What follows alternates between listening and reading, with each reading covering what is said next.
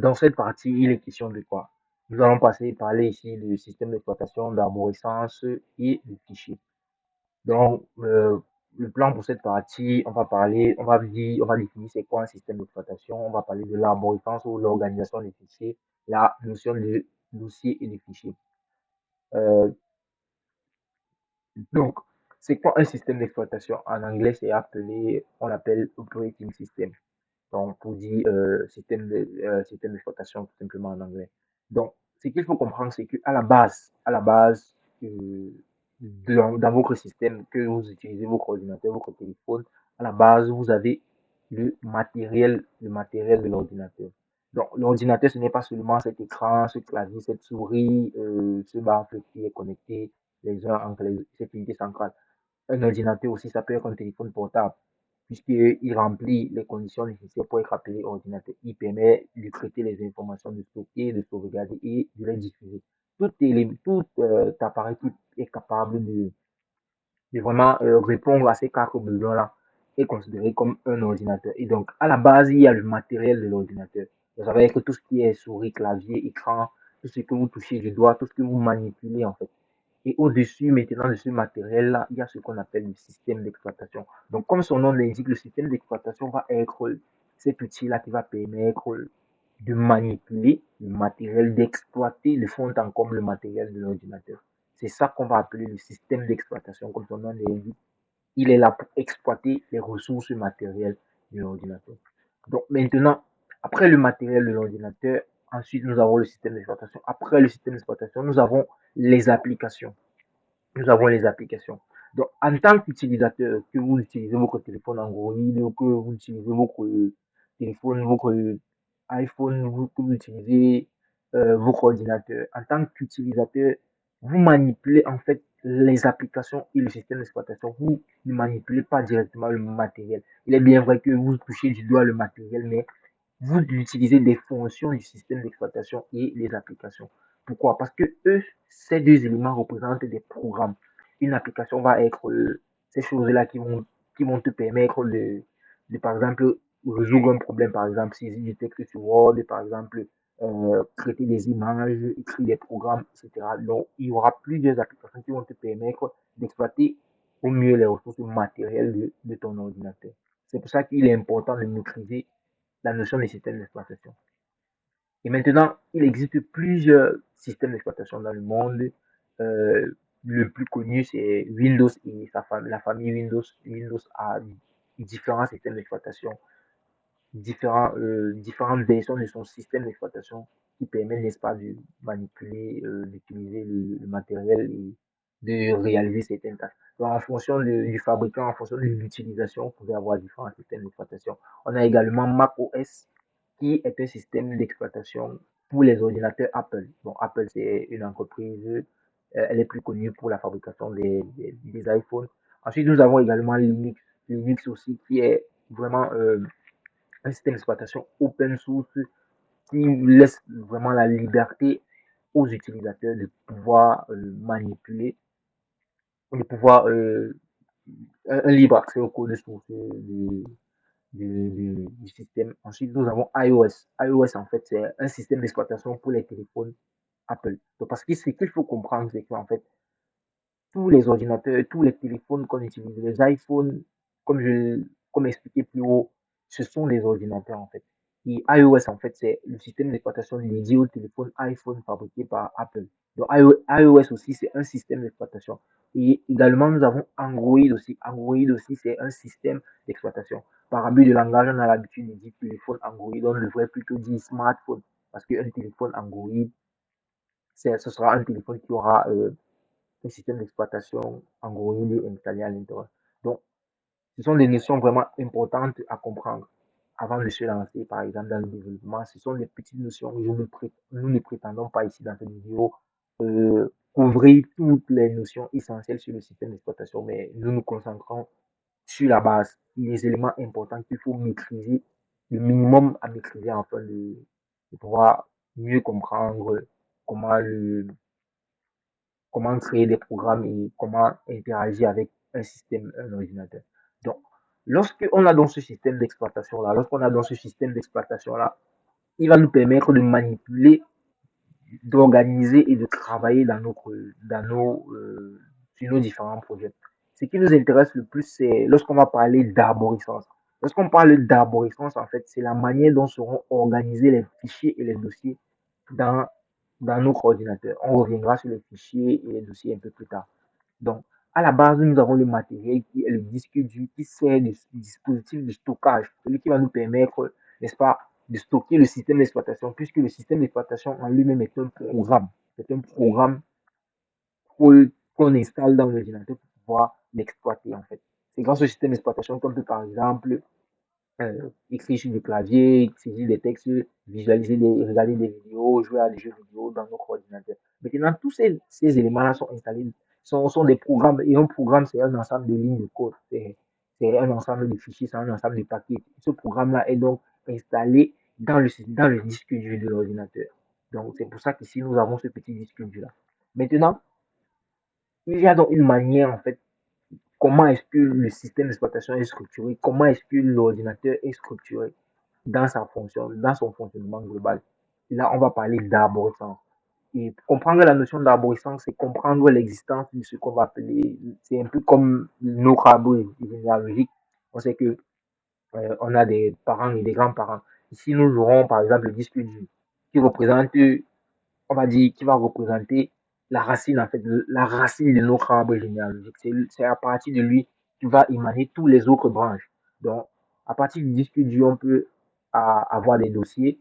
Ces éléments jaunes-là, ce sont des dossiers. Donc, comme on expliquait, comme je le disais plus tard, un dossier, en fait, ça va être une sorte de répertoire ou en sorte une sorte de panier ou en sorte une sorte de branche dans lesquelles on va pouvoir mettre des fichiers à l'intérieur. Donc, c'est globalement ça la notion de dossier. Et on peut également avoir des fichiers. Donc, c'est ça qu'on va appeler arborescence parce ici, notre premier dossier, si son parent, c'est le disque dur. Et ce dossier-ci, lui aussi, peut encore avoir d'autres enfants. Il peut avoir d'autres dossiers à l'intérieur. Il peut avoir un fichier, il peut avoir des dossiers à l'intérieur. Donc, de manière globale, c'est ça qu'on va appeler une arborescence. Par contre, un fichier ne peut pas être parent de quelque chose. Un fichier va juste contenir des données que nous allons manipuler. Les fichiers, ça peut être vos images, vos vidéos, vos sons, vos textes. C'est ça qu'on va appeler vraiment des fichiers. Ce sont des on va les appeler des éléments finaux, en fait, que l'on exploite, par exemple, pour manipuler les informations. Donc, comme on peut le voir là, on peut avoir un dossier. Notre parent ici, c'est le disque dur qui a plusieurs enfants. Ces enfants peuvent encore avoir d'autres enfants et etc., jusqu'à l'infini. Donc, on peut créer des dossiers à l'intérieur des dossiers jusqu'à l'infini. Donc, maintenant, nous allons voir la présentation de l'arborescence en fonction des différents systèmes d'exploitation. Par exemple, sur les ordinateurs, pour les systèmes d'exploitation Windows généralement, voilà et comment est-ce que est structuré notre arborescence. À la base, on a un disque. Généralement, dans vos ordinateurs, vous allez voir, c'est le disque C. Dans nos ordinateurs, généralement, on voit c'est le disque C. Le disque C peut contenir encore d'autres dossiers comme le voilà. Donc, c'est le disque dur principal, c'est généralement là où le système d'exploitation est installé. C'est pour ça que c'est appelé partition système. Là, nous sommes sur Windows. Donc, à l'intérieur, on peut avoir d'autres dossiers. Et ces dossiers-là peuvent encore avoir d'autres dossiers. Et ces dossiers-là aussi peuvent encore avoir d'autres dossiers, etc., etc. Donc, on voit qu'ici, par exemple, bureau est un enfant du dossier Alain. Donc, à l'intérieur du dossier Alain, on a encore le dossier bureau. Et à l'intérieur, et Alain aussi, c'est un enfant du dossier utilisateur. Utilisateur, c'est un enfant du dossier, du répertoire racine ou alors de la partition système qui se trouve dans le disque C. Maintenant, sur Linux, généralement, on va parler de répertoire racine. Vous voyez que même sur Linux, les dossiers sont également organisés de la même façon que sur Windows. Simplement que à la base, on ne va pas parler de disque C, mais on aura ici un slash qui va représenter le répertoire racine. Le répertoire racine aussi qui va symboliser un dossier en fait. Donc, ces éléments vont représenter des dossiers. Et par exemple, dans le répertoire racine, on a généralement le dossier var qui va contenir aussi d'autres dossiers, etc., etc. Ici, ceux qui sont grisés, la bin, par exemple, ce sera également des dossiers spécifiques qui vont permettre de réaliser des tâches spécifiques. Donc, il est vraiment important de le fonctionnement global des répertoires et de l'arborescence des fichiers. Pour que lorsque, par exemple, on travaille sur un projet, si on nous dit, par exemple, qu'il faille qu'on fasse une relation entre un dossier qui se trouve dans un fichier qui se trouve dans un autre dossier, on ne soit pas perdu par rapport à cette notion-là. Ensuite, ça, c'est un exemple de- d'organisation des fichiers sur Android. Par exemple, ici, généralement sur Android, lorsque on essaye d'accéder au fichier dans notre téléphone Android, généralement, on a cette classification-là que Android fait automatiquement. Il va présenter le stockage qui représente le disque dur de votre téléphone parce que votre téléphone également possède un disque dur, même comme on ne va pas l'appeler disque dur entre guillemets, votre téléphone va posséder un disque dur. Ensuite, il y a, si par exemple vous avez une carte mémoire, il va également présenter. Bon, ici, ce n'est pas disponible. À l'intérieur, donc, par exemple, ici, on voit bien que Android classe les dossiers par catégorie pour nous permettre de facilement nous retrouver. Mais également, si on essaye d'ancrer dans le dossier main storage, dans le répertoire main storage ou alors dans le disque dur principal, nous allons voir un ensemble d'autres dossiers et d'autres documents à l'intérieur. Donc, ça représente de manière succincte la philosophie globale de ce qu'on va appeler l'arborescence des fichiers. Très bien, nous allons voir un exemple concret d'arborescence de dossiers et de fichiers sur Windows. Donc là, par exemple, je suis sur mon ordinateur avec Windows 11. Donc si je me rends par exemple dans le disque local C, donc si je me rends dans le dossier, si je me rends à la base pour essayer de voir à quoi ressemble l'organisation de mes dossiers, si je viens ici, je m'en vais sur ce PC, je vois là que présentement sur mon ordinateur, j'ai 3 disques durs disponibles avec un lecteur, avec une carte, une clé USB connectée qui est connectée à mon ordinateur. Donc là, je vois bien que je suis dans le disque local C, comme on le voyait tout à l'heure dans la diapositive. Donc à l'intérieur du disque local C, donc je vais essayer d'enregistrer ça. Dans l'intérieur du disque local C, je me retrouve avec plusieurs répertoires ou encore dossiers à l'intérieur par exemple, je peux entrer dans un dossier. Par exemple, ici, c'est là où je sauvegarde mes fonds d'écran. Je peux voir qu'à l'intérieur de ce dossier, j'ai plusieurs fichiers images. Donc, à partir de là, maintenant, je peux cliquer ici au niveau de la barre, de cette barre de recherche ici. Lorsque je clique, il me donne en fait le chemin d'accès à mon fichier. Il me donne en fait le chemin d'accès à mon fichier, à mon dossier BG, donc BG qui contient les images. Donc, je vois ici là que j'ai le chemin d'accès, donc ça veut dire que je suis dans le disque local C et je suis dans le dossier BG. Donc, globalement, c'est une notion ici importante à comprendre car elle va nous aider plus tard. Donc là, je peux retourner sur le disque local C. Ceux qui ont une version Linux, à ce niveau, ils auront simplement le slash. Donc, ils auront simplement l'anti-slash qui est représenté comme ceux qui utilisent les systèmes Linux, ils auront un anti-slash au lieu d'avoir ce PC comme chez moi. Donc, sur Windows, par exemple, supposons que je veux créer un nouveau projet. Donc, ça, c'est un dossier que j'ai créé. Supposons que je vais créer un nouveau dossier que je vais par exemple créer un nouveau projet où je vais par exemple, euh, je vais par exemple créer un projet en HTML, CSS, donc créer un site web par exemple. Je vais créer un nouveau dossier, je vais l'appeler mon site. Donc vous voyez que là, je viens de créer un nouveau dossier. Je viens de créer un nouveau dossier à l'intérieur de ce fichier. Créer des fichiers ou encore des dossiers à l'intérieur. Généralement, dans un site, on peut avoir des images. Donc, je vais créer un autre dossier. Je vais appeler image. Également, là, on l'affichage. Également, je peux créer un fichier, par exemple.